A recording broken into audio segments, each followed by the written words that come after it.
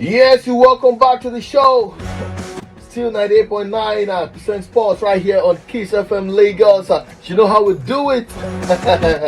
Well, I mean, it is still a wonderful Tuesday right here in the city of Lagos. But quickly, let's move to another story that I have here with me. And it's about the Super Falcons of Nigeria. Yes, as you know that the Super Falcons of Nigeria are actually preparing for the WAFCON. Yes, the WAFCON starts in March, and so many players have been invited for the friendlies. Yes, the Falcons are going to be playing a series of friendlies before the main event itself that will be happening again in Morocco. It seems like we cannot just leave playing in Morocco. Morocco every time. Like the last time we played, it was in Morocco. Before then, it was in Morocco. Now we are going back to Morocco. Sometimes I don't understand how CAF does their thing.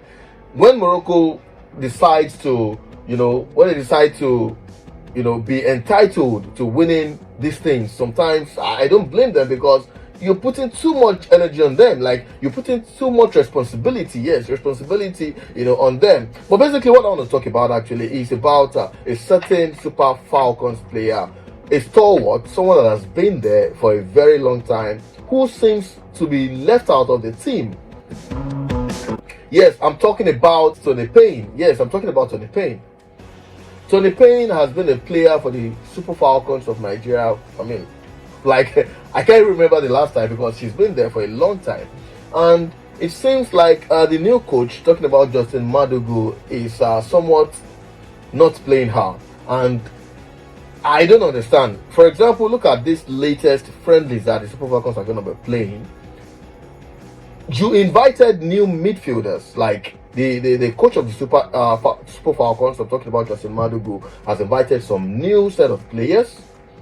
Yet this lady, talking about Toni Payne, who has been in the team for a long time, who has given sweat and blood for the Super Falcons, she wasn't invited. Like,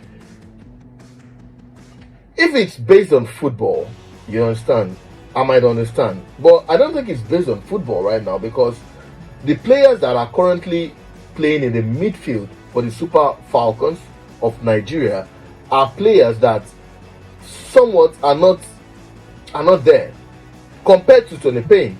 Toni Payne, by the way, plays for Everton in the Women's Super League right there in England. Yes, if you mention the likes of Alimatu Ayinde, you mention some players. Toni Payne herself has to be in that team. You see, when you're inviting players like Okwogene, who had not been in the team for a while, she plays in Canada, by the way. You're inviting her to the Super Falcons. You're inviting players from Tanzania.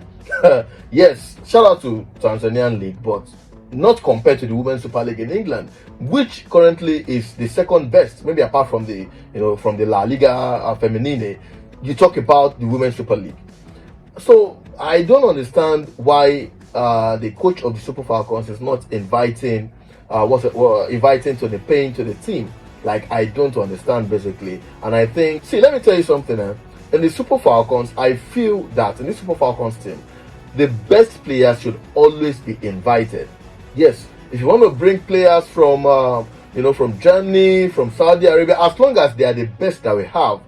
Right now, the players that have been invited in that midfield position are not the best compared to Toni Payne. Yes, you mentioned Okwogene. She hasn't been in the team. She plays in Canada. She's been invited back.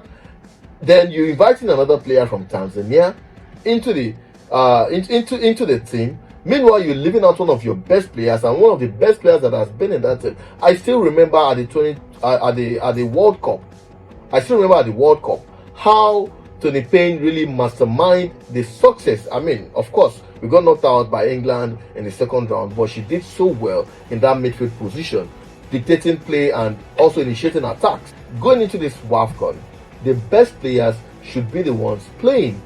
Yes, this is a friendly match, but if you're not playing your best players in these friendly matches, if you're not playing them, then how are you going to bring up the cohesion in the team, the unity, your style of play? That means maybe he's not going to invite her to the main team itself, talking about the WAFCON. But anyways, it is what it is. I just thought to put that out because it's something that I've been noticing for a while and also been a bother to me. But let's see how it goes anyways. I'm going to give him the benefit of the doubt. Maybe after these friendly matches, he's going to get invited. But if you're not inviting someone that is playing for one of the best leagues in Europe or in the world, talking about the Women's Super League in England, playing for Everton, and is a regular in that team, if you're not inviting her and inviting someone else from Tanzania or someone else from someone that has led the team before from Canada, then I don't know. Anyway, we'll see how it goes. You can hit me up on 091-316-99390. Let's see how it goes. Yes, I wanted to drop a take on this one. Yeah, already I have a WhatsApp message. Yes, this is from Toluwani from Akute. Yes, and he says Toni Payne surely deserves to be on the team. I wouldn't know why Justin Madugu, the coach of the Super Falcons, have decided not to invite her, but I feel that she should be a huge part of the team. Well, thank you very much, Toluwani, for that one. Yes, sir.